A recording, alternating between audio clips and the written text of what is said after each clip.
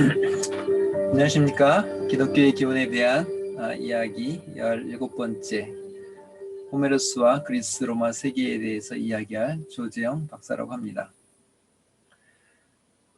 앞에서 얘기했듯이 그리스 로마 사회에서 이제 호메로스를 이제 배운다는 것이 사실은 우리가 예수 그리스도가 어떻게 해서 하나님의 아들이 되고, 그리고 어떻게 해서 신이 되었는가에 대한 어떤 그 설명을 하는 굉장히 중요한 배경이 됩니다. 그리스 로마 사회 호메로스는 교육 시스템의 핵심이었으며 중요한 문화 코드였습니다. 호메로스 일리아스와 오디세이아는 이제 초등교육 기관에서 사용되는 중요한 교과서였습니다. 그래서 학생들은 호메로스의 서사시들을 외우고 그것을 모방하여 시를 지었습니다. 고대 세계에서는 오늘날처럼 종이로 된 교과서들이 없었습니다.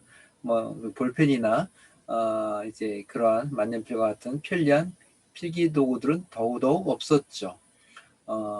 이제 파피루스나 코덱스 이런 것은 이제 책을 만들거나 아니면 문서를 쓰기 위해 사용되는 좀 흔하지 않는, 그러니까 일반 사람들이 학생들이 쓰기엔 편하지 않는, 그러니까 이제 뭐 학생들이 톡판이나 아니면 나무판에다가 이제 밀랍을 바르고 그 이제 펜으로 다 이렇게 글을 쓰는 어떤 그런 필기 시스템.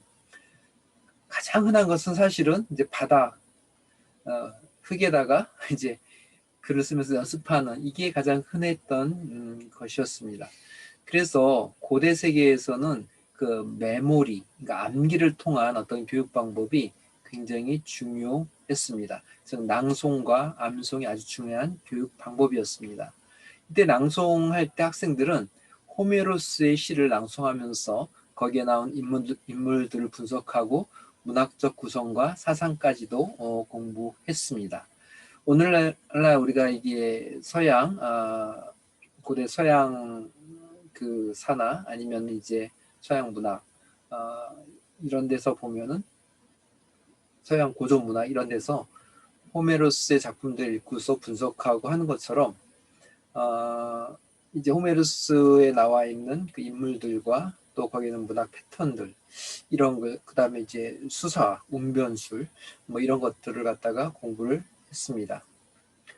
그러기에 호메로스 시대에 나오는 신들과 영웅들은 학생들에게는 오늘날 연예인들과 같은 어떤 존재로 숭배의 대상이었습니다.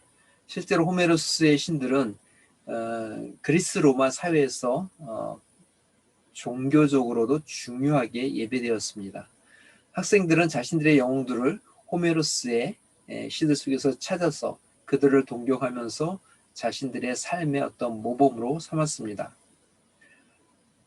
헬라 시대를 본격적으로 연 알렉산더 대왕도 원정 때 일리아스를 늘 가지고 다니면서 읽으면서 자신을 이제 아킬레우스와 또는 디오니소스 등으로 이제 동일시하기도 하였습니다. 즉 자기를 이제 자신을 하나님의 아들로 동일화하는, 사실은 이제 그걸 믿었던 것 같아요. 알렉산더 대왕 자체도 자신이 이제 신이다, 신의 아들이다라는 것들을.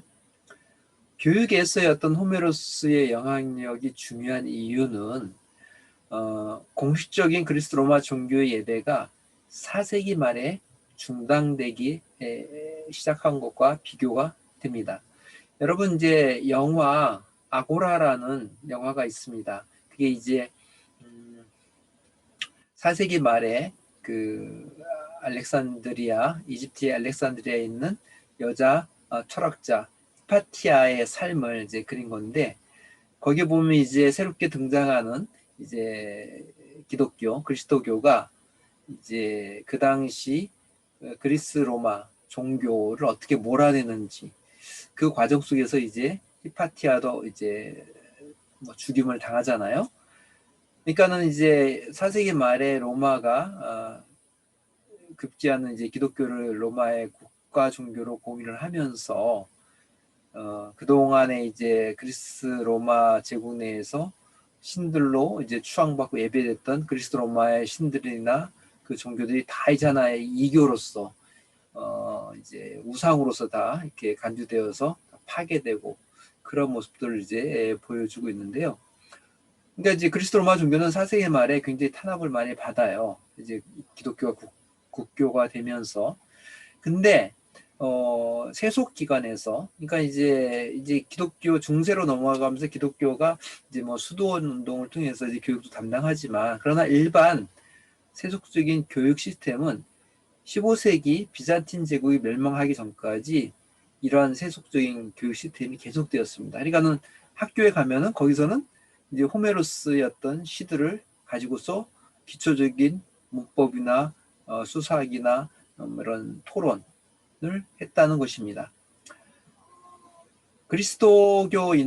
그리스인들은 로마가 그리스도화가 된 이후에도 그리스도교식 학교를 만들지 않고, 물론 예외적으로 뭐 수도원이나 이런 게 있었죠.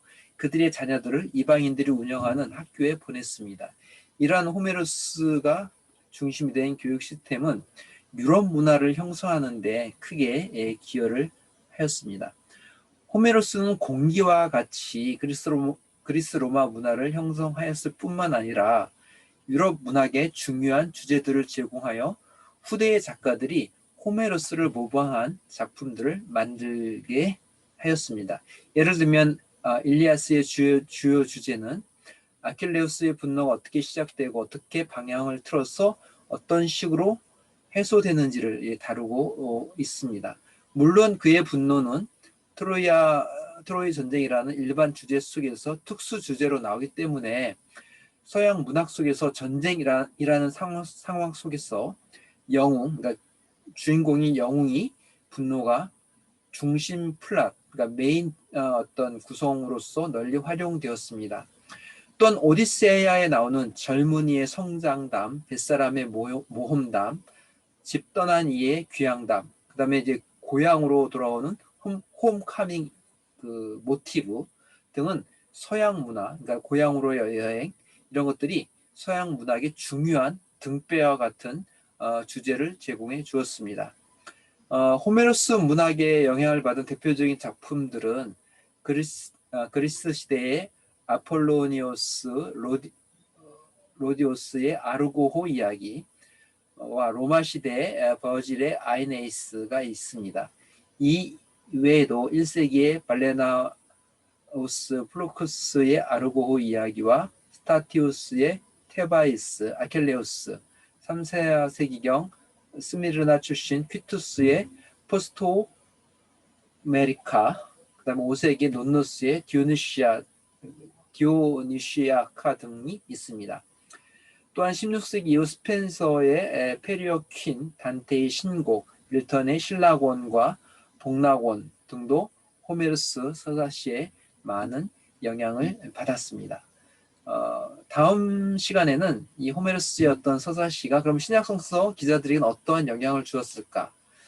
그걸 한번 알아보도록 하겠습니다. 사실 신약성서 안에는 그리스 로마 신들의 이름은 뭐 사도행전에 아주 조금 나오지만 호메로스 자체 이름은 나오지 않습니다. 그러나 그 문학적 모티브와 그 다음에 구성, 수사학적인 요소들은 신약성서에도 많이 나오고 있기 때문에 그러한 부분들을 한번 살펴보도록 하겠습니다.